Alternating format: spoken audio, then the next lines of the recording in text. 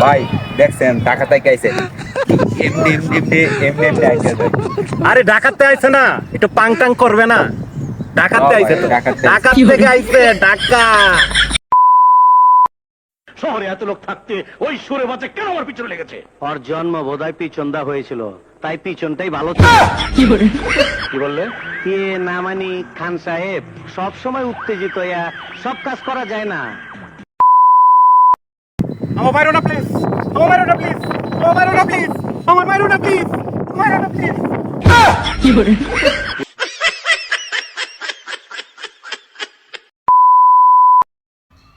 এটা মনে হয়